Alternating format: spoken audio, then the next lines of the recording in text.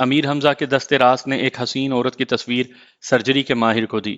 اس حسینہ کی تصویر کئی زاویوں سے اتاری گئی تھی۔ فون کے بزر کی آواز ابھری۔ اس کا دستے راست اور دو خاص ماتحت سرجری کے دوران میں وہاں موجود رہے۔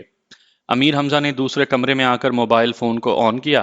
کوڈ ورڈز کے تبادلے کے بعد اس نے پوچھا، کیا فرمان اپنے ساتھی کے ساتھ ہوٹل میں ہے؟ دوسری طرف سے کہا گیا، وہ پچھلی رات 3:20 پر ہوٹل پہنچے تھے، شاید اب تک اپنے کمرے میں سو رہے ہوں گے۔ میں لفٹ اور سیڑھی کے قریب ہوں، انہیں اب تک گراؤنڈ فلور پر آتے نہیں دیکھا اور کاؤنٹر کی بورڈ پر ان کے کمرے کی چابی بھی نہیں ہے۔ اس کا مطلب یہی ہے کہ دونوں کمرے میں ہیں۔ ہوٹل کی ٹیلی فون ایکسچینج گرل کی مٹھی گرم کی گئی ہے۔ جی ہاں، اس نے بتایا ہے کہ اس کمرے کا فون ڈسکنیکٹ کیا گیا ہے۔ ان دونوں نے سونے سے پہلے ایسا کیا ہوگا تاکہ نیند کے دوران کوئی فون نہ آئے۔ میں ابھی پلاسٹک سرجری کے سلسلے میں مصروف ہوں، وہاں 1 بجے تک آ سکوں گا۔ میری آمد تک دونوں پر نظر رکھو، خاص کر فرمان کو نظروں سے اوجھل نہ ہونے دینا، میں اس سے پچھلی رات کا حساب لوں گا۔ دوسری طرف سے کہا گیا، سر جسٹ اے مومنٹ، فون کو آن رکھیں۔ امیر حمزہ نے انتظار کیا، پھر اسے ماتحت کی آواز سنائی دی، سر یہ نوشاد ابھی آ کر رپورٹ دے رہا ہے کہ وہ دونوں کمرے میں نہیں ہیں۔ What naan sense! وہ پچھلی رات لفٹ سے اپنے کمرے میں گئے تھے، اس کے بعد نیچے نہیں آئے۔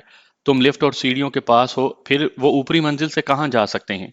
اس بار نوشاد کی آواز سنائی دی، سر پچھلے گیٹ کے چوکیدار نے اس کمرے کی چابی لا کر کاؤنٹر پر دی ہے۔ اس کا بیان ہے کہ وہ چابی رات کو یا صبح کو نہ جانے کون وہاں پھینک کر چلا گیا تھا۔ ہوٹل کے مینیجر نے اوپر جا کر کمرے کو کھول کر دیکھا تو وہاں فرمان علی اور مراد چنگیزی نہیں تھے۔ ایک اٹیچی اور ایک بریف کیس میں فضول سامان رکھا ہوا تھا، یعنی پرانے کپڑے، شیونگ کا سامان، ایک ٹوٹا ہوا موبائل فون اور چند پرانی کتابیں تھیں۔ لیکن وہ ہوٹل سے کب گئے اور کیسے گئے کہ تم میں سے کسی کو نظر نہیں آئے؟ ان کے اس طرح غائب ہو جانے سے سمجھ میں آتا ہے کہ انہیں ہمارے تعاقب کرنے کا علم تھا۔ وہ ہمیں اپنے پیچھے ہوٹل تک لے گئے، رینٹڈ کار کے کاؤنٹر پر چابی واپس کی، پھر بل ادا کیا۔ وہ سمجھ رہے تھے کہ ہم ہوٹل کے احاطے کے باہر اپنی گاڑیوں میں ہیں۔ ہمارے درمیان تقریباً 150 گز کا فاصلہ تھا۔ انہوں نے اس دوری سے فائدہ اٹھایا، ہوٹل کے اندر جا کر کاؤنٹر سے اپنے کمرے کی چابی لی۔ اس وقت ہم اپنی گاڑیوں سے اتر کر احاطے میں داخل ہو رہے تھے، وہ ہماری نظروں میں نہیں تھے۔ ہم نے ہوٹل کے اندر جا کر معلوم کیا، وہ دونوں اوپری منزل پر اپنے کمرے کی طرف جانے کے لیے کاؤنٹر سے چابی لے گئے تھے۔ ہم نے کی بورڈ پر دیکھا، ان کے کمرے کی چابی وہاں نہیں تھی۔ امیر حمزہ نے کہا، بس اب بات سمجھ میں آ گئی، واقعی انہیں تعاقب کیے جانے کا علم تھا۔ وہ دونوں کاؤنٹر سے کمرے کی چابی لے کر پچھلے راستے سے باہر گئے اور پچھلے گیٹ کے باہر چابی پھینک کر کسی ٹیکسی میں کہیں چلے گئے۔ انہوں نے لفٹ کے ذریعے اوپر جانے کی زحمت بھی نہیں کی۔ آپ ہمیں تھوڑا وقت دیں، ہم انہیں ڈھونڈ نکالیں گے۔ انہیں ڈھونڈا جا سکتا ہے۔ میرا اندازہ ہے کہ وہ خفیہ ہاتھ کے نئے رنگ روٹ ہیں، وہ بھی مسلمان اور پاکستانی ہیں۔ ان کے خیال کے مطابق وہ ہمیں بول چال اور طور طریقوں سے پہچان سکیں گے، اس لیے ان دونوں کو آزمائشی طور پر ہمارے پیچھے لگایا گیا ہے۔ چونکہ وہ مستقل کارندے نہیں ہیں، اس لیے وہ ہوٹلوں میں، کرائے کے اپارٹمنٹس میں یا کہیں پیئنگ گیسٹ کے طور پر رہ سکیں گے۔